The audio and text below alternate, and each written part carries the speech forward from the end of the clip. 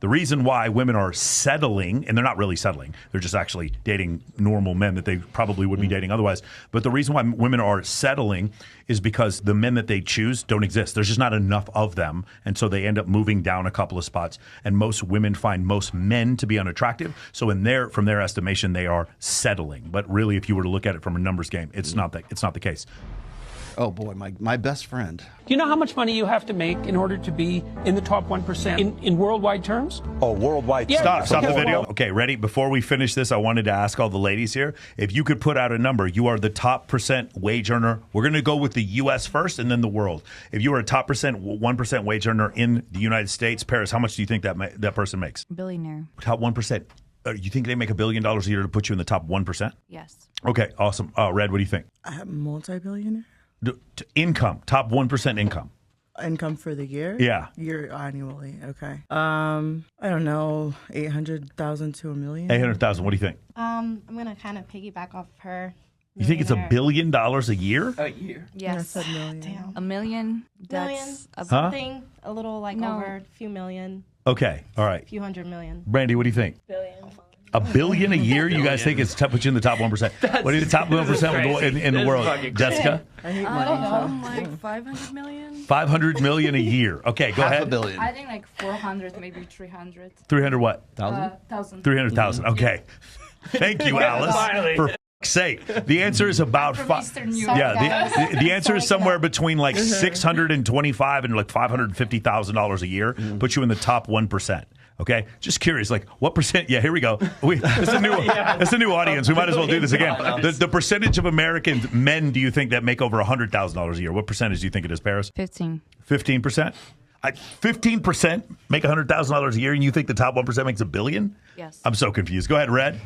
I don't know, 5? 5%. What do you think? I don't even want to. $100,000. $100,000. Seriously. 6 figures. Yeah. How much do you think 100,000? What percentage? Are we just talking about globally or No, United States. United States? I want to say 20. 20%. Yeah. I would say maybe 15. 15. What do you think?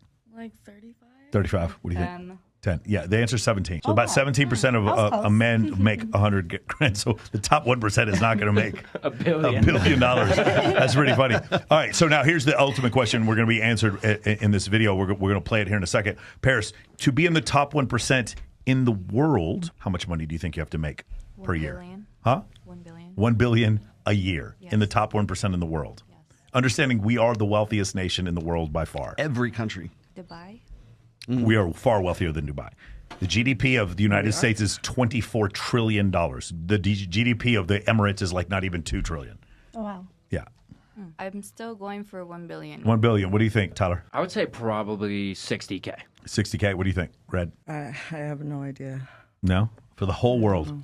100K. 100K? Deep thought. I would say maybe 300K. 300K for the whole world. Go ahead. I think like based off of the last answer and what you just said about the U.S., I'm going to go with like 500K. 500K. What do you think? No idea, actually. Okay. Top 1% of the world. Finish playing the video. Here we go. $8,000 a year. It's 32.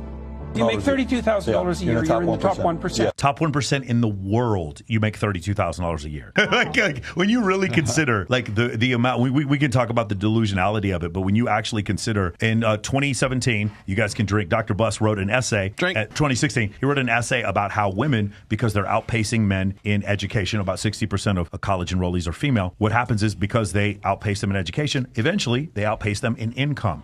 And as a woman makes more money, the people that she can choose from if she goes across or up becomes smaller and smaller. Does that make sense? As soon as she gets to 100K, now she only has like this 17% of men to choose from, but they also have to be taller than her, good looking, etc. That number gets smaller and smaller. But the thing is, if you make 100K and you have a master's degree, you're not just competing with other women that have 100K and a master's degree. You're competing with broke women who are just hot also. So you're competing with wealthy women and poor women at the same time. And so now what happens is, this is a discussion I had with Jasmine Jafar. She's like, well, hypergamy is not manifesting because these women are not all dating the guys up at the top. And the reason why they're not is because there aren't that many guys at the top. When you multiply 0.17, which is the number of men that make $100,000 a year, times 0.14, which is the number of men that are over 6 feet tall or taller, that's 2.3% of men. The reason why women are settling, and they're not really settling, they're just actually dating normal men that they probably would be dating otherwise. But the reason why women are settling is because the men that they choose don't exist. There's just not enough of them. And so they end up moving down a couple of spots. And most women find most men to be unattractive. So from their estimation, they are settling. But really, if you were to look at it from a numbers game, it's not the case. If we look at the other side, though, if you're going to say, what are some of the top predictors of why a man would go with no sex? What do you think it would be? A man would go for, let's say, a year with no sex. What do you think one of the top predictors would be? Can you read? Well, there's a lot of different demographics. Like it could be height, weight, money, whatever. What do you think of one of the top predictors for why a man would go with no sex for a year? Like no women would want to have sex with him. He's involuntarily celibate. What would cause that? His age, his appearance. His age, his appearance. Okay. Red, what do you think? His stature. Okay. You mean status-wise? Like his his status. social status? Yeah, and money-wise. Okay. I'd say obviously looks or just mindset. Some people could be turned off by the way someone thinks. Mindset. Okay. Yeah. I would say status. Can you get close to the microphone? So status. I would say status. Go ahead. I feel like maybe just the way that they talk to women. Talk to women. Okay. Being overweight. Being overweight. So from a demographic standpoint, we can't really, the CDC doesn't say, you have a bad attitude, right? The CDC is not measuring whether or not you talk to women nicely. What the CDC can measure are things like being overweight, how tall you are, or how much money you make. And as men have part-time employment or they've been fired and have no employment, the likelihood increases for them to have no sexual partners. Make sense? Because, sorry guys, hypergamy is real. That's it. Yes. So we always talk Once about again. hypergamy on the top end. Hypergamy meaning women usually wanting to move up in their class, marry someone who's better than them, wealthier than them, of a higher socioeconomic class.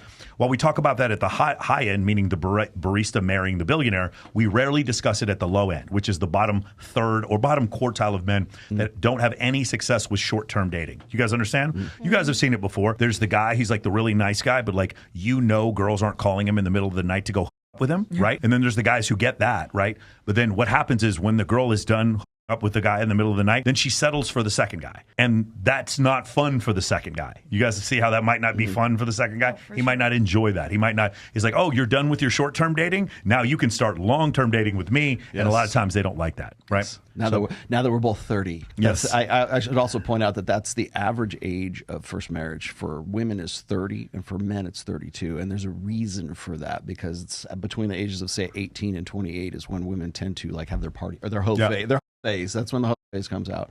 And right around 29, 30, 31, that's when women want to get serious. And then suddenly it's, well, I want to do things the right way. I want to try something. You brought this up, and I forget who else brought this up.